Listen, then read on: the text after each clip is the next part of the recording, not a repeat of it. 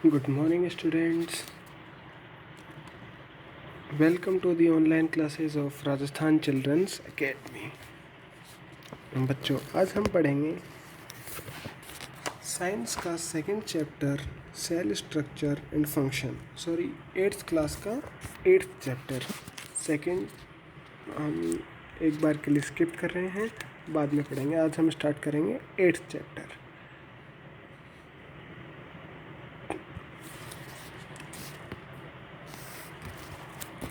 Eighth chapter का नाम है सेल स्ट्रक्चर एंड फंक्शन।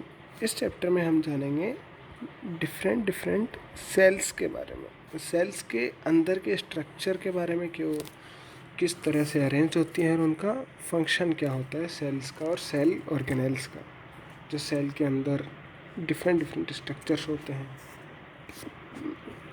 अब इससे पहले अभी तक आप पिछली क्लासेस में पढ़ चुके हैं कि सभी लिविंग थिंग्स, चाहे वो प्लांट्स हों या फिर एनिमल्स हों या फिर बैक्टीरियाज हों, कुछ भी हों, अगर वो लिविंग हैं तो वो सेल्स से मिल कर के बने हैं। अब सेल्स क्या हैं? Cells are the building blocks of life. Building blocks of life exactly वैसे ही जैसे कि आपके घर के बिल्डिंग ब्लॉक्स क्या हैं? ब्रिक्स। ब्रिक्स यानी कि ईंटें।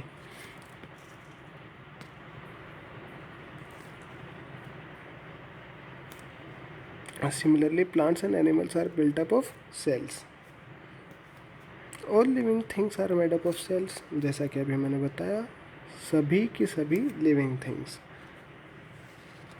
अब अगर वो कोई बैक्टीरिया टाइप है तो वो सिर्फ एक सेल से मिलके बना होगा। अभी अगर वो कोई फ्लाई है, फ्लाई यानी कि मक्खी या फिर इंसेक्ट वगैरह है, तो भी वो सेल्स से ही बना है। हालांकि उसमें लाखों सेल्स होंगी, लाखों सेल्स एक छोटी सी मक्खी में। आप इमेजिन कर सकते हैं सेल्स कितनी छोटी होती होंगी।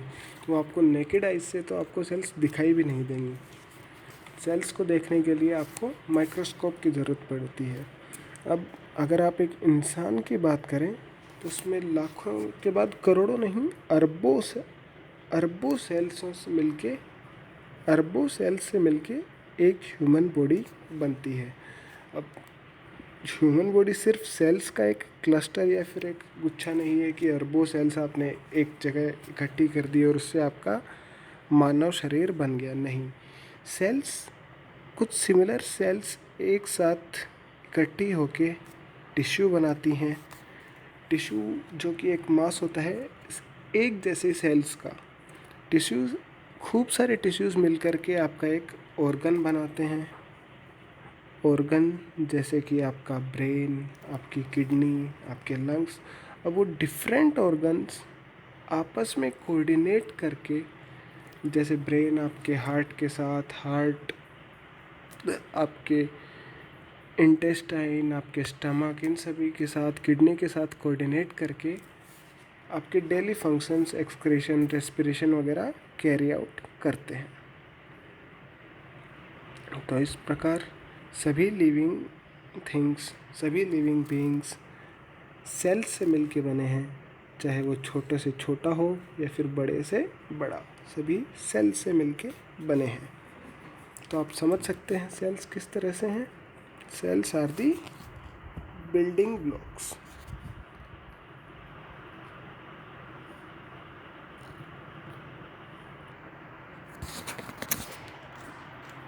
हाँ, तो बच्चों, जैसा कि आपने जाना, cells are the building blocks of living things.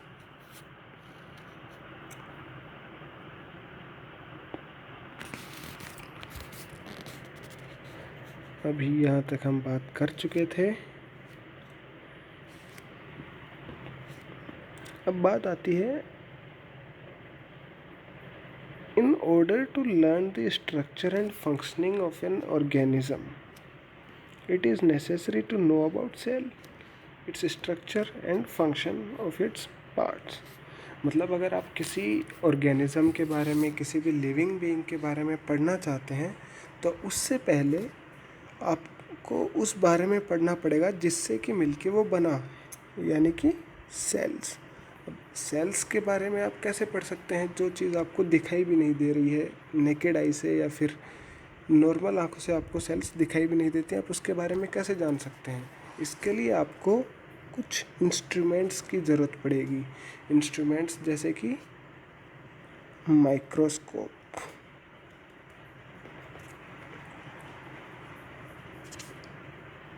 Microscope is used to study microorganisms as well as internal structure of the living things. Internal structure यानी कि उनकी सेल्स वगैरह।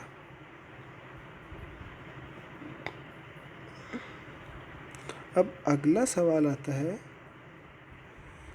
कि सेल्स जब इंसान को नेकेड आई से दिखती नहीं है, जब वो इतनी छोटी हैं, तो आज से सदियों पहले इनके बारे में सबसे पहले किसने जाना?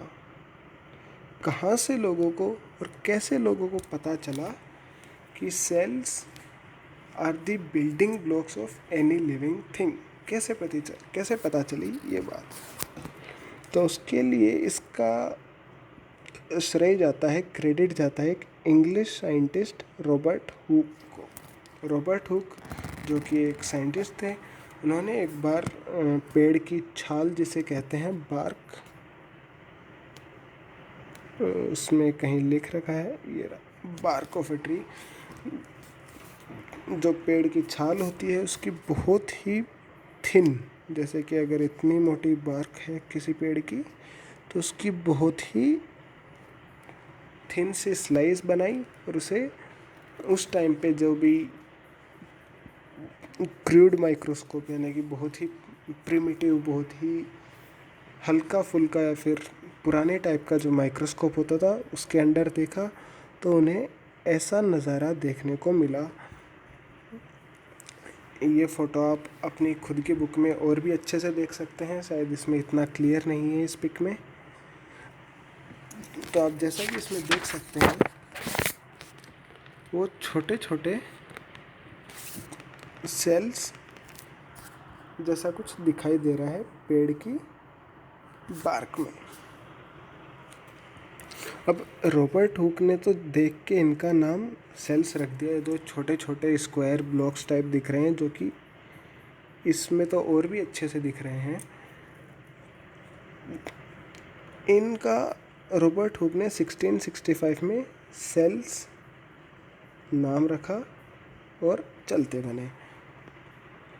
पर उनके बाद 150 साल तक, जब तक कि अच्छी क्वालिटी के और ज़्यादा जूम करके देख पाने वाले माइक्रोस्कोप नहीं बने थे, इम्प्रूव्ड माइक्रोस्कोप, उससे पहले तक सेल्स के बारे में लोगों को कुछ खास नॉलेज नहीं था, जैसा कि आज हम इसके बारे में पढ़ते हैं।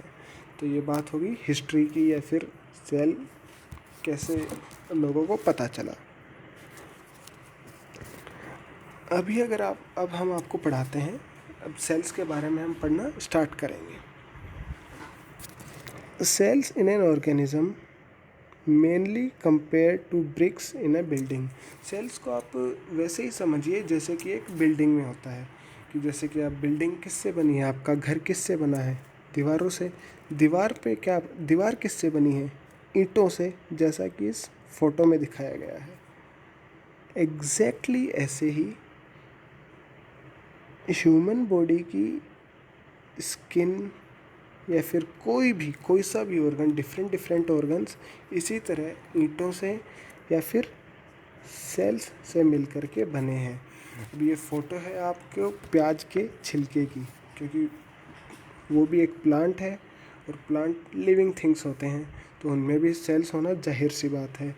तो ये एक फ़ोटो है प्याज के छिलके की, माइक्रोस्कोप में स्टेन करने के बाद, मतलब डाई यूज़ करने के बाद, ताकि अदरवाइज़ आपको प्याज के छिलके में डायरेक्ट माइक्रोस्कोप के नीचे लगाएंगे तो कुछ खास देखने को नहीं मिलेगा। तो उसको पहले स्टेन किया जाता है, कलर किया जाता है, तो उसके बाद ऐसा व्यू देखने को मिला जो कि बहुत ही सिमिलर है एक दीवार के।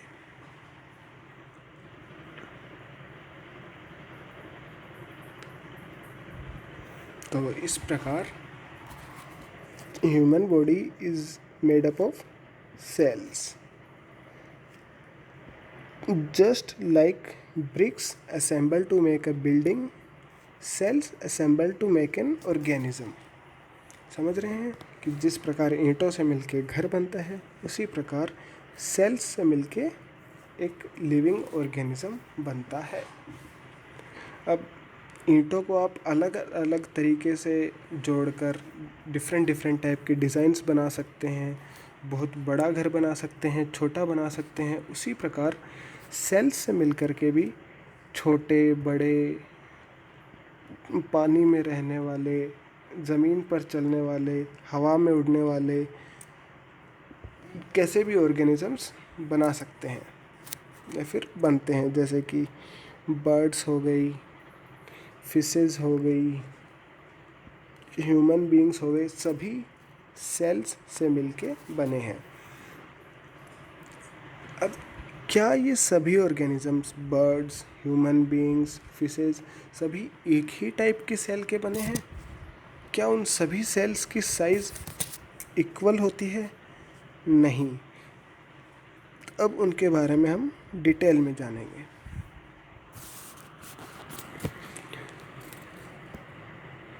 इन सभी में डिफरेंस होता है सेल की साइज़ का, शेप का और नंबर का। डिफरेंट ऑर्गेनिजम्स में डिफरेंट टाइप की सेल्स देखने को मिलती हैं। हालांकि उनका बेसिक स्ट्रक्चर सभी सेल्स का एक जैसा ही होता है।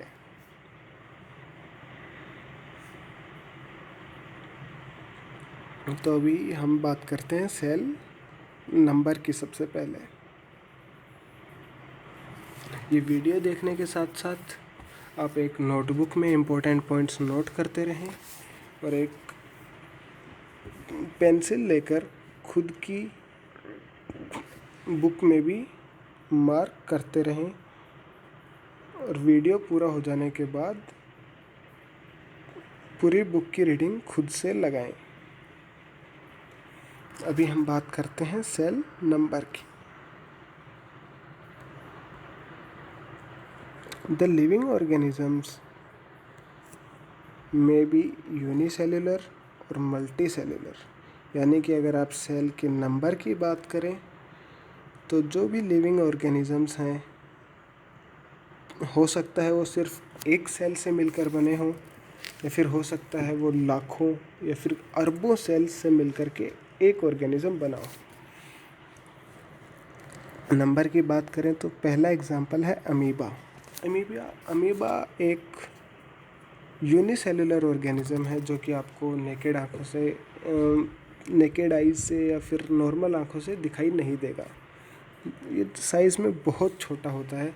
तो अगर आप उसकी सेल देखेंगे तो कुछ आपको इस प्रकार की दिखाई देगी, जिसकी कोई भी फिक्स शेप नहीं है। वो अमीबा आपको किसी भी शेप में दिखाई दे सकता है। इसकी शेप अभी ये है, कुछ समय बाद ये इस शेप का भी हो सकता है। अमीबा अपनी शेप चेंज करता रहता है, उसकी कोई रिजिड शेप नहीं होती है।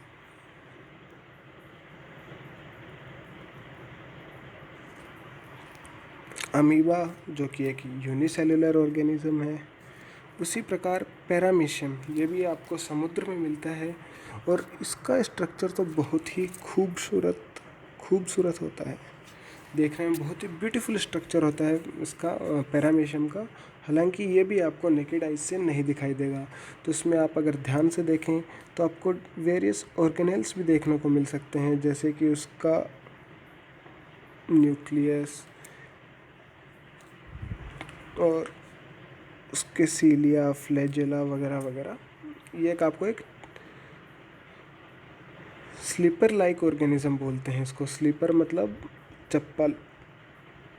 तो आप अगर ध्यान से देखें तो ये आपको एक चप्पल के बेस जैसा दिखाई देता है। इसे पैरामीशियम कहा जाता है। ये भी एक यूनिसेल्युलर ऑर्गेनिज्म है, यानी कि इसमें सिर्फ एक ही सेल होती है। इसी का एक तीसरा एग्जाम्पल है क्लेमाइडोमोनास। ये भी एक सिंगल सेल से बना ऑर्गेनिज्म है, मतलब इनमें एक ही सेल होती है जो कि एक कंप्लीट ऑर्गेनिज्म की तरह, कंप्लीट जानवर की तरह एक्ट करती है। उसी सिंगल सेल में इनका रेस्पिरेशन होता है, उसी में डाइजेशन होता है और उसी से एक्सक्रीशन होता है। सारे बेसिक फंक्शंस वो सिंगल सेल के थ्रू कंप्लीट कर लेते हैं। इसमें जो दो एंटीना टाइप निकल रहे हैं, इन्हें ये क्लेमाइडोमोनास को मूवमेंट में हेल्प करते हैं।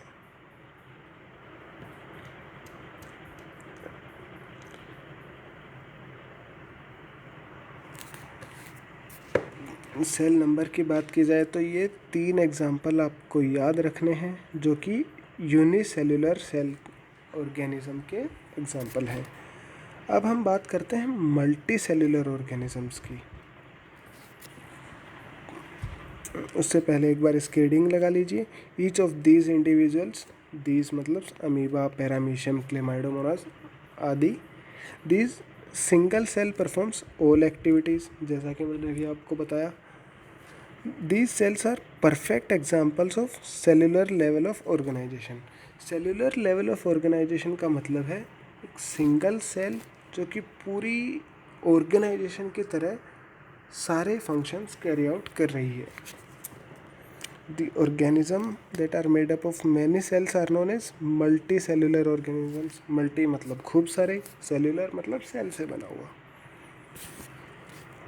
अपने बड़े बड़े पेड़, जानवर जो हम अपने आसपास देखते हैं वो खूब सारी, जैसा कि मैंने अभी आपको स्टार्टिंग में बताया था, सेल्स मिल कर के टिश्यूज़ बनाती हैं, टिश्यू से ऑर्गन बनता है, ऑर्गन आपस में ऑर्गन सिस्टम बनाते हैं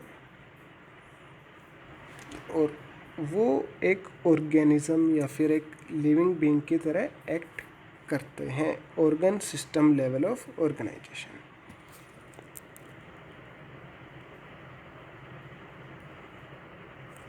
अब यहाँ पर कुछ सेल्स का नंबर काउंट करने की कोशिश की गई है, जिसमें कि बताया गया है कि कुछ इतने यानी कि अरबों सेल्स एक ह्यूमन 1 बिलियन सेल्स के अप्रोक्स एक ह्यूमन बीइंग में देखने को मिल सकती हैं, एक बड़े लिविंग ऑर्गेनिज्म में। ह्यूमन बीइंग्स की बात नहीं की जा रही है यहाँ पे। हाउएवर लाइफ, हालांकि life even in a multicellular organism begins from a single cell. अब ये बात कर रहे हैं किसी भी जानवर के या पेड़ पौधे के लाइफ की, कंप्लीट लाइफ यानी कि उसके बर्थ से लेकर उसकी डेथ तक के सफ़र की। तो हालांकि जब आप देख रहे हैं उसे उसकी लाइफ के दौरान या फिर उसकी यंग स्टेज में, तब शायद उसमें अरबों सेल्स हों किसी भी बड़े ऑर्गेनिज्म में, परंतु उसका ओरिजिन, उसका बिगिनिंग, उसकी स्टार्टिंग देखी जाए तो वो एक सिंगल सेल से हुई है। जैसे कि अगर आप इंसानों की ही बात करें तो इंसानों में भी सिंगल सेल यानी कि एम्ब्रियो,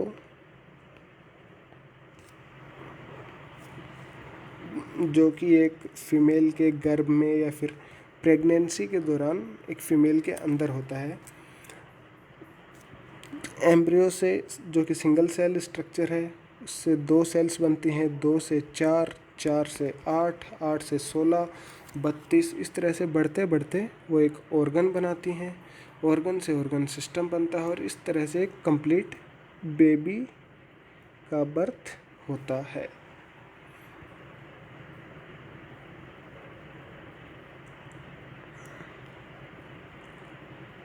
तो यहाँ सिर्फ इतना सा समझाने की कोशिश की गई है कि चाहे ऑर्गेनिज़म बहुत बड़ा हो या छोटा हो, उसकी बिगिनिंग, स्टार्ट तो उसने एक सिंगल सेल से ही किया था। ऐसे पेड़ों के लिए, पेड़ पौधों के लिए भी ये बात एकदम सही है कि आप अगर एक बीज को देखें, बीज जो कि आप मिट्टी में बोते हैं, तो वो कल को एक बड़े पेड़ के रूप में आपको देखने को मिलता है, पर उसकी भी लाइफ तो एक सिंगल सेल से ही स्टार्ट होती है।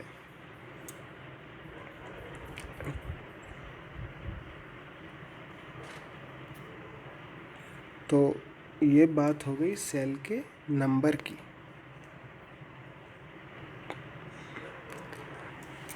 अब बात करते हैं सेल की साइज़ की। सेल साइज़ का मतलब है कि साइज़ कितनी है, जो कि मैं आपको पहले ही बता चुका हूँ, बहुत छोटी है, इतनी छोटी कि आपको शायद दिखाई भी ना दे, और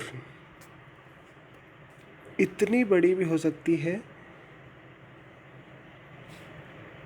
जैसे कि यहाँ पे साइज़ लिख रखी है 170 mm इंटू 1.135 mm, जिसका मतलब है 17 सेंटीमीटर। आपकी एक 15 सेंटीमीटर की स्केल होती है, उससे भी बड़ी, और 13 सेंटीमीटर यानी कि अप्रोक्सीमेटली एक स्केल जितनी चौड़ी, इससे भी कहीं बड़ी एक सिंगल सेल हो सकती है। हालांकि ह्यूमन सेल्स, इंसानों की और मोस्ट ऑफ दी जानवरों की सेल्स इतनी बड़ी नहीं होती हैं, वो इतनी छोटी होती हैं कि आपको दिखाई भी ना दें।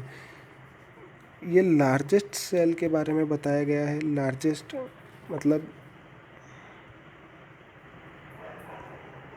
जो सेल्स हैं साइज़ में बहुत वेरी करती हैं, बहुत छोटी से लेके बहुत बड़ी भी हो सकती हैं।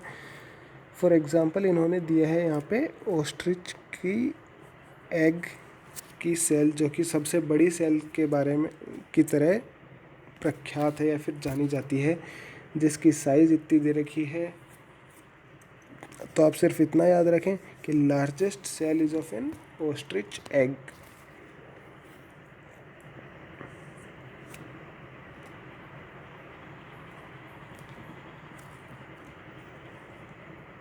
अब हम बात करते हैं प्लांट्स की। प्लांट्स में कुछ एल्गी भी होते हैं।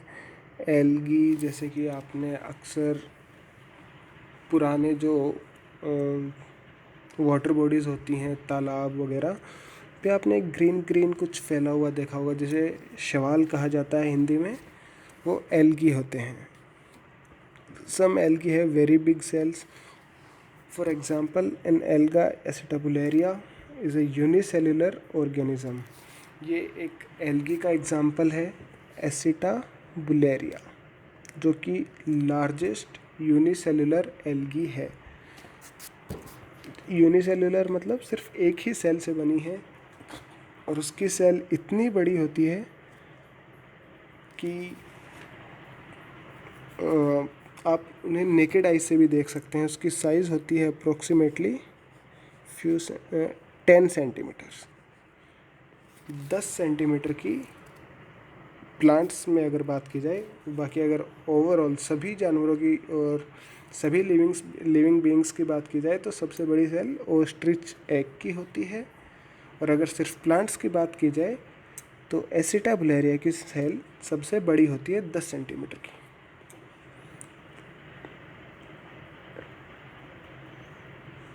फिर कुछ और एग्जांपल्स पे आगे बढ़ते हैं।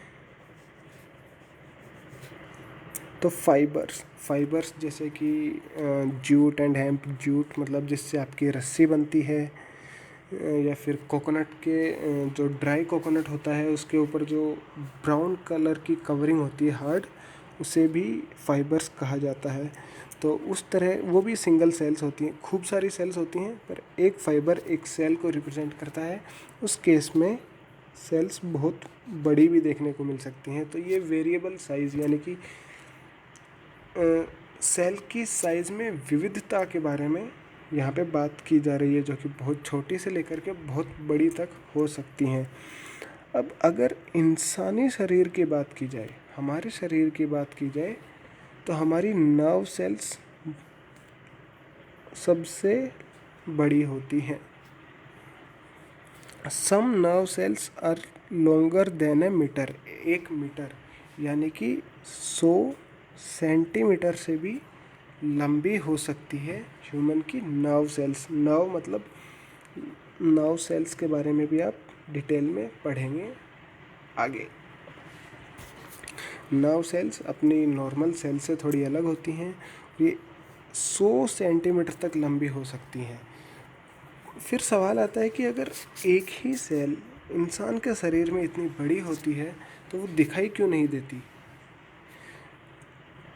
इसका रीज़न है कि वो लंबी तो 1 मीटर यानी कि 100 सेंटीमीटर, यानी कि आपकी 15 सेंटीमीटर वाली स्केल की कम से कम 8 स्केल ले लें आप, 7-8 स्केल उतनी लंबी होती है, पर फिर भी वो दिखाई नहीं देती क्योंकि वो बहुत थिन होती है। उसकी थिकनेस माइक्रोन्स में होती है, माइक्रोस्कोप के अंदर ही विजिबल होती है, यानी कि आपके बाल से भी बहुत महीन होती है, बहुत पतली सेल्स होती हैं, इसलिए आपको दिखाई नहीं देती।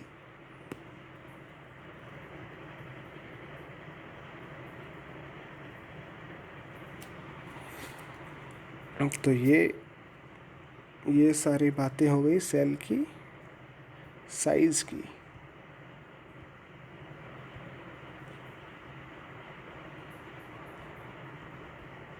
सेल साइज़ में आप बात करें तो कुछ मिलीमीटर्स, कुछ माइक्रो मिलीमीटर्स, माइक्रोस्कोप के नीचे दिखने वाले से लेकर के 1-1 मीटर या फिर 15-15 सेंटीमीटर, 17 सेंटीमीटर तक लंबी चौड़ी हो सकती हैं। हालांकि however most cells, maximum cells, ज़्यादातर cells are microscopic in size. Microscopic मतलब माइक्रोस्कोप के नीचे ही दिखाई देती हैं, अन्यथा वो सेल्स आपको दिखाई भी नहीं देंगी। मोस्टली सेल्स इतनी ही छोटी होती हैं। These are not visible to unaided, यानी कि आपको बिना किसी इंस्ट्रूमेंट के वो आपको नेकेड आई से नहीं दिखाई देंगी।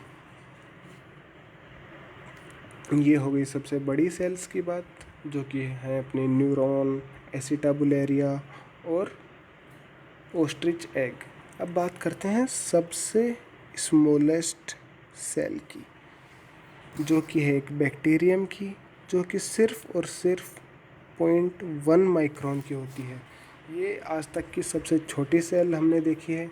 0.1 माइक्रोन का मतलब हो गया 1 मिलीमीटर का भी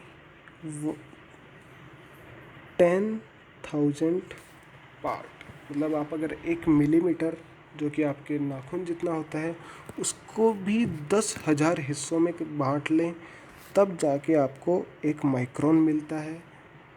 वो साइज़ है सबसे छोटी सेल की, जो कि है बैक्टीरिया की। हमारी ब्लड सेल्स भी बहुत छोटी होती हैं, एट्सेट्रा एट्सेट्रा। आप ये पैराग्राफ अपने आप पढ़ सकते हैं। तो अभी तक हमने बात की सेल नंबर की, जो कि यूनिसेल्युलर से मल्टी सेल्युलर से अरबों तक जा सकता है। उसी तरह हमने बात की सेल साइज़ की। अब हम बात करेंगे सेल शेप की। शेप मतलब कि वो स्क्वायर है, रेक्टेंगल है, ट्रायंगल है, जो भी है, या फिर ओवल है, उस बारे में हम अब बात करने जा रहे हैं। तो जैसा कि आपने अभी तक देखा, अब हम बात करने वाले हैं सेल शेप की। सेल शेप के बारे में कहते हैं कि आप देखें फिगर 8.3 और 8.5, तो ये है फिगर 8.5।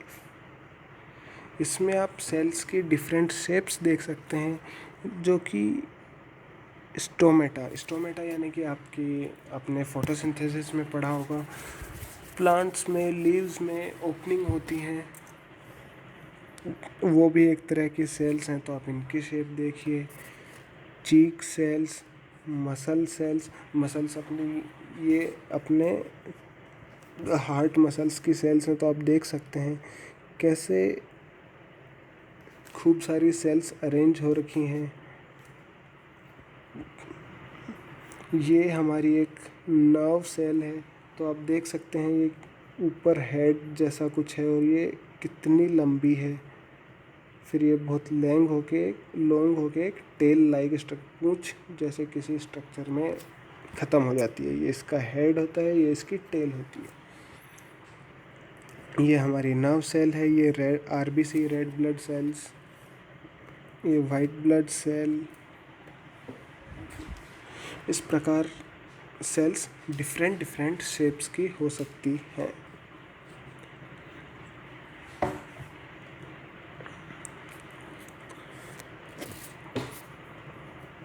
अब सेल शेप की बात करें तो इसमें भी बहुत वैरायटी है, जैसे कि नंबर और साइज़ में थी उसी प्रकार शेप में भी बहुत वैरायटी है। आप सिर्फ ऐसा नहीं कह सकते कि सेल्स इस शेप की होती हैं उस शेप की होती हैं। डिफरेंट डिफरेंट ऑर्गेनिज्म में डिफरेंट डिफरेंट शेप की होती हैं। यहाँ तक कि एक ही ऑर्गेनिज्म में भी डिफरेंट शेप की होती हैं। और अमीबा में या फिर वाइट ब्लड सेल्स में देखें तो उनकी कोई फिक्स शेप ही नहीं होती है। आज अगर वो ओवल है तो थोड़ी देर में इलोंगेटेड भी हो सकती हैं, और किसी किसी जगह तो वही सेल परफेक्ट सर्कुलर भी हो सकती है। तो यही यहाँ पे लिखा है, some cells like those of amoeba and white blood cells continuously change their shape. हालांकि ये तो सिर्फ कुछ एक्सेप्शन थे, अमीबा और WBC, otherwise most cells maintain a constant shape throughout the life. मतलब आजीवन किसी एक फिक्स शेप की सेल्स होती हैं, जैसे कि नर्व सेल्स हमेशा इसी शेप में देखने को मिलेंगी, मसल सेल्स इसी शेप में देखने को मिलेंगी, आदि आदि।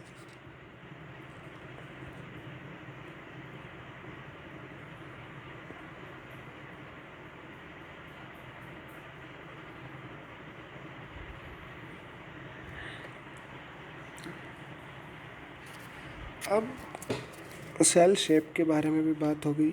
एक पॉइंट आता है, cells generally may be round. ये जनरल सी बात है कि गोल भी हो सकती है, स्फीयर जैसी भी हो सकती है। स्फीयर मतलब आपके बॉल जैसी चारों तरफ से, और राउंड मतलब आपके रिंग जैसी।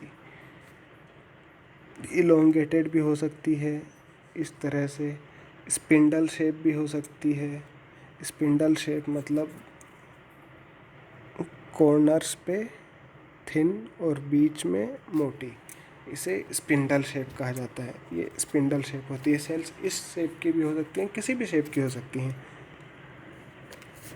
कुछ सेल्स बहुत लंबी होती हैं और ब्रांच होती हैं। ब्रांच मतलब जैसे पेड़ की शाखाएं निकलती हैं। इसका एग्जांपल है ये नर्व सेल। तो आप देख सकते हैं यहाँ पे ब्रांचिंग है, यहाँ पे भी ब्रांचिंग है, इसे ब्रांचिंग कहते हैं।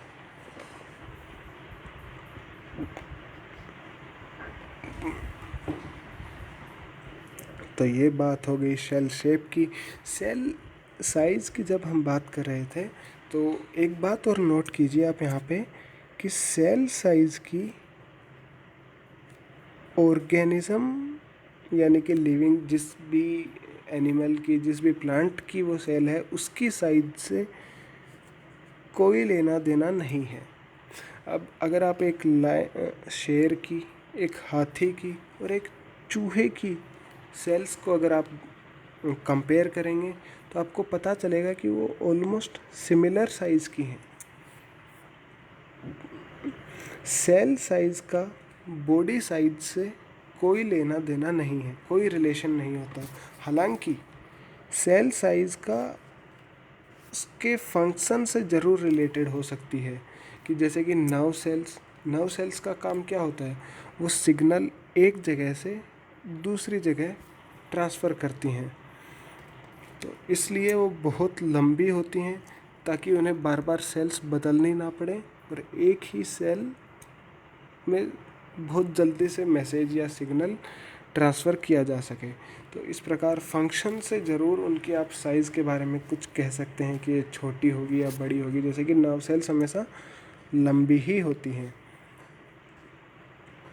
हालांकि उस किसी भी सेल की साइज़ का वो जिस ऑर्गेनिज्म की सेल है उसकी साइज से कोई लेना देना नहीं है। चाहे इसका एग्जांपल इन्होंने अभी दिया है, हाथी का और चूहे का, जिनकी सेल्स ऑलमोस्ट बराबर साइज़ की होती हैं।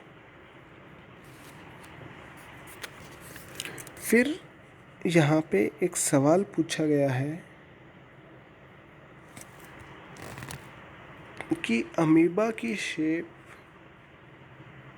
डिफरेंट डिफरेंट क्यों होती है, क्यों वो एक फिक्स शेप नहीं होती है। जैसे कि आपने क्लेमाइडोमोनास में देखा, ये हमेशा आपको इसी शेप में दिखेगा। क्लेमाइडोमोनास की फ़िक्स शेप है। पैरामीशियम की भी फिक्स्ड शेप है, चप्पल जैसी। परंतु अमीबा की कोई फिक्स शेप नहीं होती। वो आपको किसी भी शेप में देखने को मिल सकता है, बहुत ही रैंडम सी शेप होती है। ऐसा क्यों? इसका आंसर है कि अमीबा, आप नोट कर लीजिए यहाँ पे,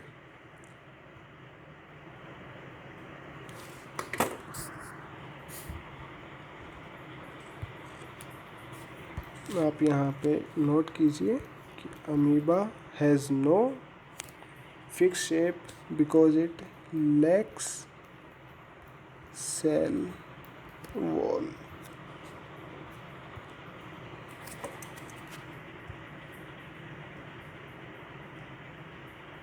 ये आपको बुक में नोट करना है।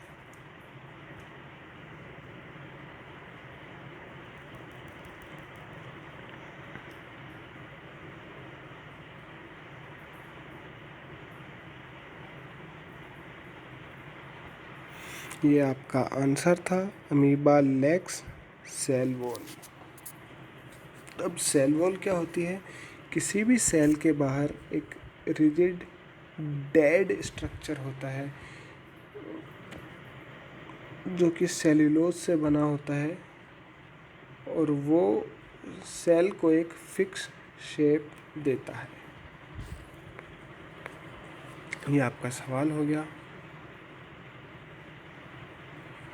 अब यहाँ पे इन्होंने बात की है स्यूडोपोडिया की। स्यूडो का मतलब होता है फॉल्स, यानी कि झूठा, यानी कि सिर्फ कहने के लिए, और पोडिया का मतलब होता है फीट। फीट मतलब आपके जैसे पैर हैं चलने के लिए, और स्यूडो मतलब फॉल्स। तो यहाँ पे स्यूडोपोडिया का मतलब हो गया फॉल्स फीट, यानी कि ऐसे फीट जो चलने में तो हेल्प कर रहे हैं पर आपके फीट जैसे बिल्कुल भी नहीं है।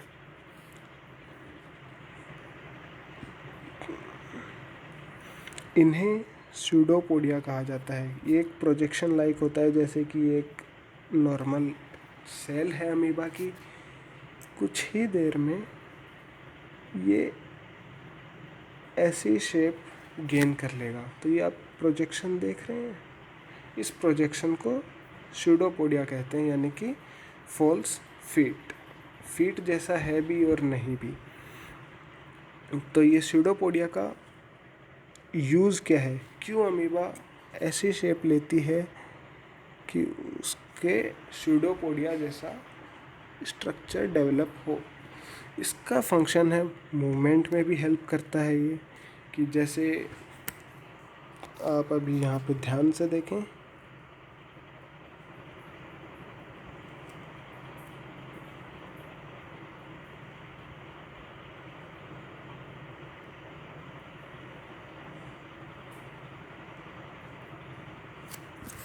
जैसे ये अमीबा है, इसकी कोई शेप नहीं है, कुछ देर में ये एक ऐसी शेप गेन कर लेगा। तो इसने अपनी शेप यहाँ से एलोंगेट करके यहाँ तक पहुँचाई।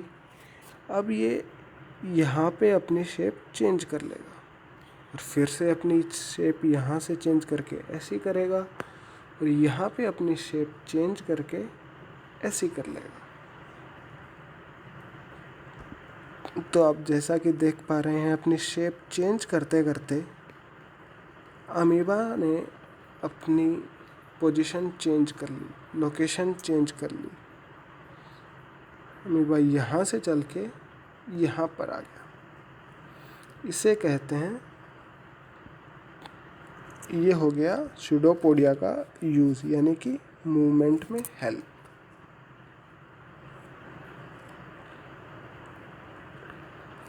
अब यही स्यूडोपोडिया उसको खाना खाने में भी हेल्प करता है। अब जैसा कि आपको पता है, अमीबा में सेल तो एक ही है,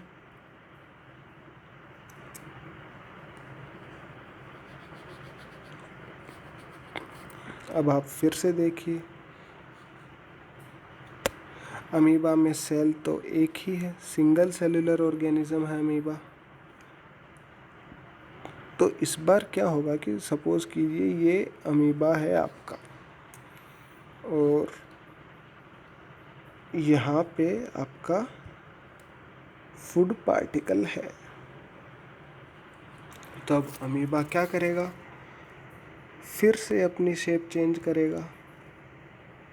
और कैसे चेंज करेगा, इस फूड पार्टिकल को एनक्लोज कर लेगा। पहले अपना स्यूडोपोडिया फॉर्म करेगा, इसके चारों तरफ, इसके पहले दोनों तरफ, ये हो गए इसके स्यूडोपोडिया, फॉल्स फीट। फिर थोड़ी देर में अपनी शेप चेंज करेगा, और इस बार कैसे चेंज करेगा, ऐसे। और इस प्रकार ये आपका हो गया अमीबा, और ये हो गया इसका फूड, जो कि अब अमीबा के अंदर आ चुका है। तो जैसा कि आपने अभी देखा, pseudopodia helps in movement as well as capturing food.